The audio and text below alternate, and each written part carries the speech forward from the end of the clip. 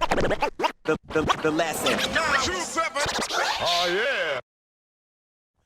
All right, here we go. We've got the one and only Illy in Melbourne. How you doing, bro? Good, man. Good to be here. Yeah, thank you for taking the time. As we mentioned before, there's been a bit of back and forth between you and Sam on the internet trying to tee it up, so we finally made it happen. So thank you very much, man. Yeah, no, I'm happy we were able I'm happy we were finally able to link it up and make it happen, bro. It's something I've been looking forward to. Now, before we get into your whole history, and everything that you've done up until this point, I wanted to start with the new single, Like You, which I think you dropped a couple of weeks ago. That's right. Yeah, nearly 3 weeks ago.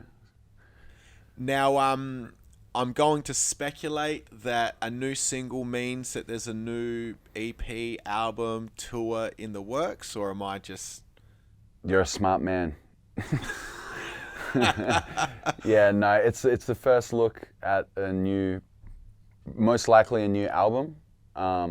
Been working since The Space Between came out, sort of started last year. I've been pretty flat out in the studio and it's starting to take pretty good shape. So I don't think it's too far off. And yeah, I'm getting to the point in the album process where I'm excited about it, bro, which is always a good sign that things are going well. Getting through it. Correct me if I'm wrong, but if this, when this album comes out, that'll be album number 7 for you. That's right. Yeah. Wow. So that's like 7 Yeah, albums in. Yeah, that's like 7 albums in like 15 years or something like that. 7 albums in 13 years. Yeah. Long story short, it was 2009. So by the time it's not going to come out this year. So yeah, 14 years, man. It's yeah, it's it's fucked when you put it like that. It's fucked. But yeah, it is what it is. I'm fortunate and lucky and grateful to still be here to put out a 7th album. Absolutely, man. There's not many that No. I think longevity is something that doesn't get talked about enough in music. It's one of the hardest things to accomplish.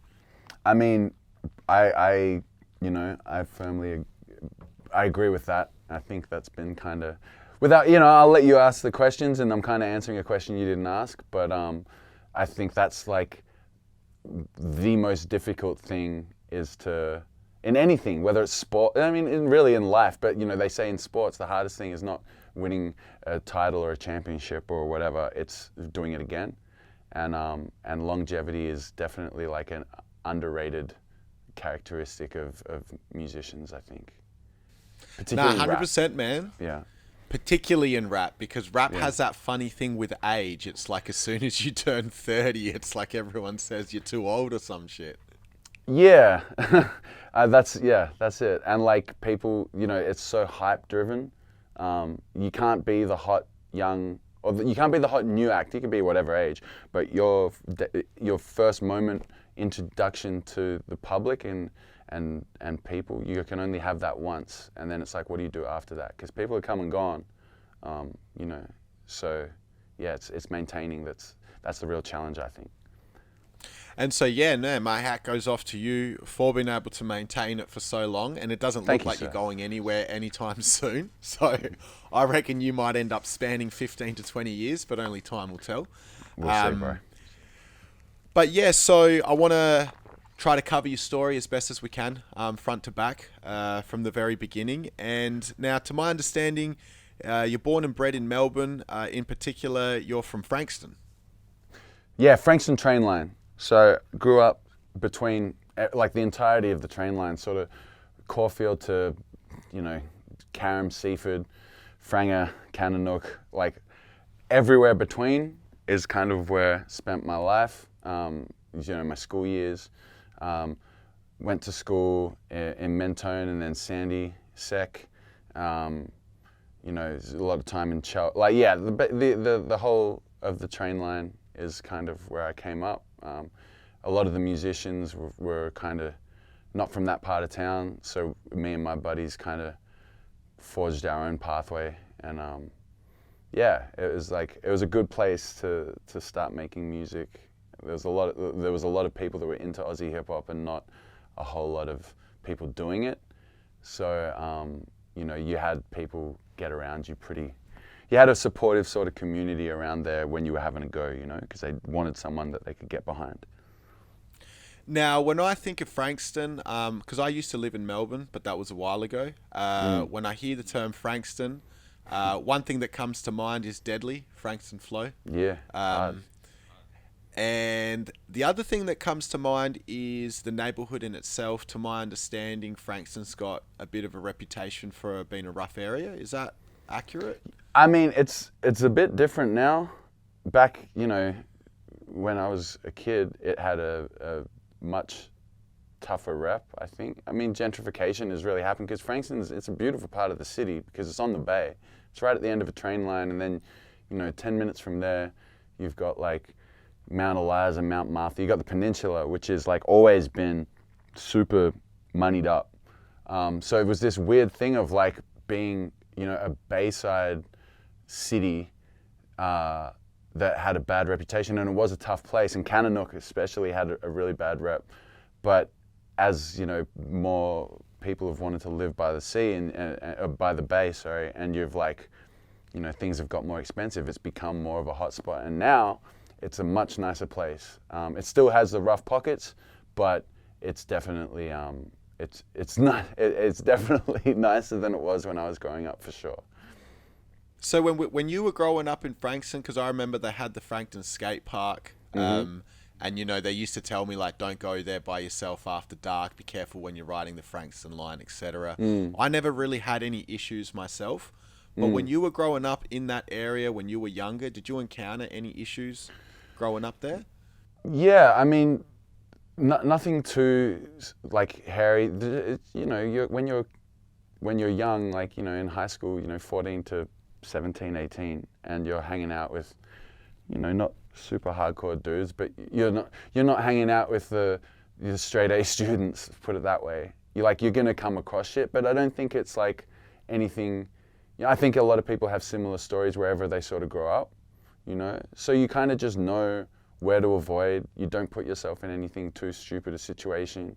I was friends with people that were in like the graph scene a lot more than I was. You know, I was a fan of it, but I was never one that was really getting amongst it. Rap was my main thing. I hustled on the side to make money, but I was never out there, you know, doing going fucking bombing and hitting all that shit. Like, I was kind of adjacent to it. So yeah, the music always came first to me, you know. And then the interesting thing is, you know, if you're growing up around Frankston at that time, which had that, you know, reputation, and you're hanging out with, you know, say the graffiti writers and the boys, although that's all going on, you ended up going to university and getting yourself a law degree. Yeah. So Yeah. what made you do that? Like, what enticed you to go that route, particularly when, you know, you're hanging out with the writers and, you know, doing your thing? What made you go law university? Well, I didn't have an option, bro. So I finished school. I barely finished. Got a really bad TERS score. It didn't leave me with any options for, like, you know, further education. So I was working in a factory and just doing, you know, open mic nights 4 or 5 times a week, and just, that was my focus. But I really didn't know what I was going to do, you know, because at this point, I didn't even think the hoods, maybe the hoods would have just started to, you know, be making a career out of rap. Maybe Scribe in New Zealand was just starting to make a career, but it wasn't like something that you were doing there was no clear pathway to this being a job. So I was just doing it for the love, and I didn't really know what I was going to do with my life. So I'm working in factories, doing furniture removals, and a friend that I'd gone to school with, who was much more switched on, he was doing like a commerce degree, and he hit me up like, yo, you can sit this test, because I was just on the phone like, fuck, I hate my job, I don't know what I'm doing, blah, blah. And he was like, yo, you can sit this test, and I sat it, and it was like a 5-hour exam, and there was like 5 positions at law, studying law, and I got one of those 5. There was probably like 300-400 people, I don't know, there was hundreds of people taking the test, and I got one of the things. So I had the option of, well, I can either keep doing what I'm doing or I can try this. And I'd always been interested in it. You know, I probably had like the Hollywood idea of what a law career was. And then on the first day, I'm like rocking up in my hoodie, fucking smoked out, like with people that have all got like 99.9s on their fucking year 12 scores. So I was definitely the odd one out. I was like, yo, this is not what I expected. It was a pretty steep learning curve. But yeah, that's kind of, I didn't have an option, long story short. I didn't have an option to do anything. And then I got that option and I was like, fuck it, I'm gonna take that opportunity. Yeah, right. So then obviously while you've been doing the law degree, you've already been rapping, music is already a part of your life, and then you would have finished your law degree, I'm going to guess, like around early 20s?